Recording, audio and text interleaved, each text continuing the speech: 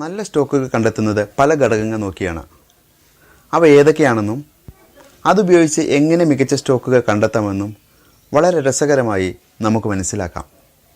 Hi friends, ഞാൻ Rajesh. Once again welcome to my YouTube channel leading thoughts.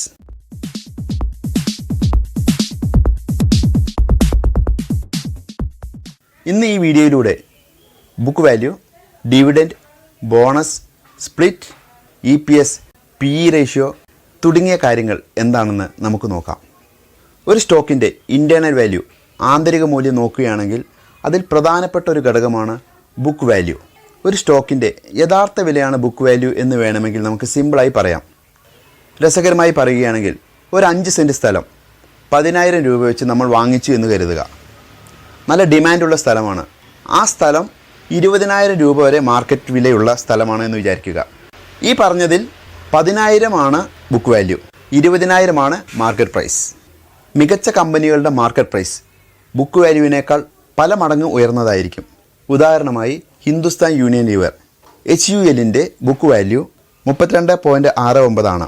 Market price 1,825 രൂപയുമാണ്, അതായത് 56 ഇരട്ടി. അതുപോലെ മാരുതി സുസുക്കി, മാരുതിയുടെ ബുക്ക് വാല്യൂ 1,382 രൂപയാണ്.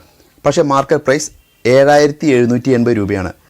5.6 ഇരട്ടിയാണ് ബുക്ക് വാല്യൂവുമായി കമ്പയർ ചെയ്യുമ്പോൾ മാരുതിയുടെ മാർക്കറ്റ് പ്രൈസ്. ഇനി മികച്ച പ്രതികരണമില്ലാത്ത ചില കമ്പനികളുടെ ബുക്ക് വാല്യൂ എങ്ങനെയാണെന്ന് നമുക്ക് നോക്കാം. മികച്ച പ്രതികരണമില്ലാത്ത കമ്പനിയുടെ ബുക്ക് വാല്യൂ മാർക്കറ്റ് പ്രൈസിനേക്കാൾ താഴെയായിരിക്കും. ഉദാഹരണമായി ലോയിഡ് ഇലക്ട്രിക്കൽസിൻ്റെ ബുക്ക് വാല്യൂ 323 ആണെങ്കിലും മാർക്കറ്റ് പ്രൈസ് 59 രൂപയേ ഉള്ളൂ. ഇനി കടത്തിലുള്ള കമ്പനികളുടെ ബുക്ക് വാല്യൂ എങ്ങനെയായിരിക്കുമെന്ന് നോക്കാം. കടത്തിലുള്ള കമ്പനികളുടെ ബുക്ക് വാല്യൂ നെഗറ്റീവ് ആയിരിക്കും.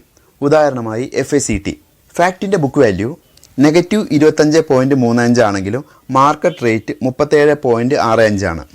മാർക്കറ്റ് റേറ്റിനെ ബുക്ക് വാല്യൂ കൊണ്ട് ഡിവൈഡ് ചെയ്യുമ്പോൾ ഒന്നിൽ കുറവോ നെഗറ്റീവോ ആയിട്ടുള്ള കമ്പനികൾ മികച്ച പെർഫോമൻസ് കാഴ്ചവെക്കുകയാണെങ്കിൽ മൾട്ടി ബാഗർ ആയേക്കാം. പക്ഷേ ഹൈ റിസ്ക്കാണ് ഇത്തരം കമ്പനികളിൽ ഇൻവെസ്റ്റ് ചെയ്യുമ്പോൾ. HUL, മാരുതി സുസുക്കി തുടങ്ങിയ സ്റ്റോക്കുകളുടെ അഡ്വാൻറ്റേജും അതുതന്നെയാണ്. മാർക്കറ്റ് റേറ്റ് ബുക്ക് വാല്യൂവിൻ്റെ പല മടങ്ങാണെങ്കിലും ഇത്തരം ഇൻവെസ്റ്റ്മെൻറ്റ് സേഫ് ആണെന്ന് നിക്ഷേപകർ കരുതുന്നു. രണ്ടാമത്തെ ഘടകമാണ് ഡിവിഡൻഡ് അഥവാ ലാഭവിഹിതം. രസകരമായി പറഞ്ഞാൽ, നേരത്തെ നമ്മൾ വാങ്ങിയ പറമ്പിൽ കുറച്ച് തെങ്ങുകളുണ്ടെന്ന് കരുതുക. ആ തെങ്ങിൽ നിന്ന് ലഭിക്കുന്ന തേങ്ങയാണ് ഡിവിഡൻഡ്. പറമ്പിൻ്റെ തുകയ്ക്ക് തുല്യമായ തേങ്ങയൊന്നും ലഭിക്കുകയില്ലല്ലോ. അതുപോലെ തന്നെ മാർക്കറ്റ് റേറ്റുമായി കമ്പയർ ചെയ്യുമ്പോൾ ചെറിയ സംഖ്യയായിരിക്കും ഡിവിഡൻഡായി ലഭിക്കുക. പക്ഷേ ലാഭത്തിൽ പ്രവർത്തിക്കുന്ന കമ്പനികൾക്ക് മാത്രമേ ലാഭവിഹിതം നൽകാനാവൂ.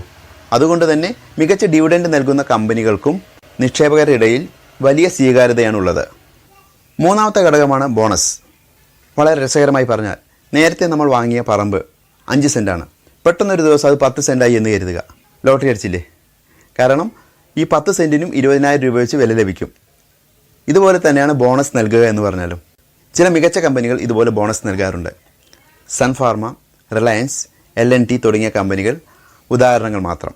ഈ മേൽപ്പറഞ്ഞ കമ്പനികളിൽ 2000-ൽ 1 ലക്ഷം രൂപ വെച്ച് ഇൻവെസ്റ്റ് ചെയ്തിരുന്നെങ്കിൽ ആ തുക എത്രയായിട്ടുണ്ടാകുമെന്ന് ഈ ചാർട്ടിൽ നിന്ന് നിങ്ങൾക്ക് വ്യക്തമാണ്. നാലാമത്തെ ഘടകമാണ് EPS അഥവാ ഏൺ പെർ ഷെയർ. പേര് സൂചിപ്പിക്കും പോലെ ഒരു ഷെയറിൽ നിന്ന് ലഭിക്കുന്ന ലാഭം എത്രയാണോ അതാണ് EPS. അതായത് അറ്റാദായത്തെ ടോട്ടൽ ഷെയറുകളുടെ എണ്ണം കൊണ്ട് ഡിവൈഡ് ചെയ്യുമ്പോഴാണ് EPS ലഭിക്കുന്നത്. EPSുമായി ബന്ധപ്പെട്ട് കിടക്കുന്ന മറ്റൊരു ഘടകമാണ് PE റേഷ്യോ അഥവാ പ്രൈസ് ഏണിംഗ് റേഷ്യോ. മാർക്കറ്റ് പ്രൈസിനെ EPS കൊണ്ട് ഡിവൈഡ് ചെയ്യുമ്പോഴാണ് PE റേഷ്യോ ലഭിക്കുന്നത്. അതായത് 10 രൂപയാണ് ഒരു കമ്പനിയുടെ ഷെയർ പ്രൈസ്. ആ കമ്പനിയുടെ EPS 2 ആണെന്ന് കരുതുക. PE റേഷ്യോ 10/2 = 5 എന്ന് ലഭിക്കും. അതായത് 5 വർഷം കൊണ്ട് ഈ ഷെയറിൽ നിന്ന് ലഭിക്കുന്ന ലാഭം കൊണ്ട് തന്നെ ഷെയറിൻ്റെ മാർക്കറ്റ് പ്രൈസ് നമുക്ക് ലഭിക്കുന്നു എന്നർത്ഥം. ആറാമത്തെ ഘടകമാണ് സ്പ്ലിറ്റ്. ചില കമ്പനികൾ സ്പ്ലിറ്റ് ആവുക എന്ന് നമ്മൾ കേട്ടിട്ടുണ്ടാവും. എന്താണ് സ്പ്ലിറ്റ് ആവുക എന്ന് പറഞ്ഞാൽ, രസകരമായി പറയുകയാണെങ്കിൽ, നിങ്ങളുടെ പോക്കറ്റിൽ 2000 രൂപയുടെ ഒരു നോട്ടുണ്ട്. ആ നോട്ട് എടുത്ത് അതിന് പകരം 200 രൂപയുടെ 10 നോട്ടുകൾ വെച്ചു എന്ന് വിചാരിക്കുക. തീർച്ചയായും നിങ്ങളുടെ പോക്കറ്റിലെ രൂപയുടെ മൂല്യം സെയിം തന്നെയാണ്, 2000 രൂപ തന്നെയാണ്. പക്ഷേ എണ്ണം 10 ഇരട്ടിയായി. ഇത് തന്നെയാണ് സ്പ്ലിറ്റ് ആവുക എന്ന് പറഞ്ഞാലും. എക്സാമ്പിളായി പറഞ്ഞാൽ, V-Guard 2016 ഓഗസ്റ്റ് 30-ന് 10:1 എന്ന റേഷ്യോയിൽ സ്പ്ലിറ്റ് ആവുകയുണ്ടായി. അതായത് 1,800 രൂപ വിലയുള്ള 10 സ്റ്റോക്കുകൾ ഉണ്ടായിരുന്ന വ്യക്തിക്ക് 180 രൂപയുടെ 100 സ്റ്റോക്കുകളായി അത് മാറി. സ്പ്ലിറ്റ് ആകുമ്പോൾ മാർക്കറ്റ് പ്രൈസ് കുറയുകയും കൂടുതൽ ആളുകൾ ആ സ്റ്റോക്ക് വാങ്ങുവാൻ ഇഷ്ടപ്പെടുകയും ചെയ്യുന്നു. ഇന്ന് ഈ വീഡിയോയിലൂടെ നമ്മൾ മനസ്സിലാക്കിയ കാര്യം book value, dividend, EPS, PE ratio, split, bonus തുടങ്ങിയ കാര്യങ്ങളാണ്. ഇതിലെ പല കാര്യങ്ങളും ഞാൻ സ്വയം മനസ്സിലാക്കിയ കാര്യങ്ങളാണ്. അതിലെന്തെങ്കിലും തെറ്റുകളുണ്ടെങ്കിൽ തീർച്ചയായും കമൻറ്റ് ബോക്സിൽ കമൻറ്റ് ചെയ്യുക. ഈ വീഡിയോ നിങ്ങൾക്ക് ഇഷ്ടപ്പെട്ടാൽ തീർച്ചയായും ലൈക്ക് ചെയ്യുക. ഈ വീഡിയോ നിങ്ങൾക്ക് ഉപകാരപ്രദമാണെന്ന് തോന്നിയാൽ സുഹൃത്തുക്കൾക്കും മറ്റും ഷെയർ ചെയ്യുക. ലീഡിംഗ് തോട്ട്സ് എന്ന യൂട്യൂബ് ചാനൽ നിങ്ങൾ ഇതുവരെ സബ്സ്ക്രൈബ് ചെയ്തിട്ടില്ലെങ്കിൽ സബ്സ്ക്രൈബ് ചെയ്യുക. ഒപ്പം ബെല്ലൈക്കൺ കൂടി ക്ലിക്ക് ചെയ്യുമ്പോൾ ഞാൻ പോസ്റ്റ് ചെയ്യുന്ന വീഡിയോയുടെ നോട്ടിഫിക്കേഷൻ ഉടൻ തന്നെ നിങ്ങൾക്ക് മൊബൈലിൽ ലഭിക്കുന്നു. ഈ ചാനലിൽ ഇതിനു മുമ്പ് പോസ്റ്റ് ചെയ്ത വീഡിയോസ് കാണുവാൻ വീഡിയോസ് എന്ന ഓപ്ഷൻ സന്ദർശിക്കുക. വീണ്ടും ഇതുപോലെയുള്ള മറ്റൊരു അറിവുമായി കാണാമെന്ന പ്രതീക്ഷയോടെ ഞാൻ രാജേഷ്.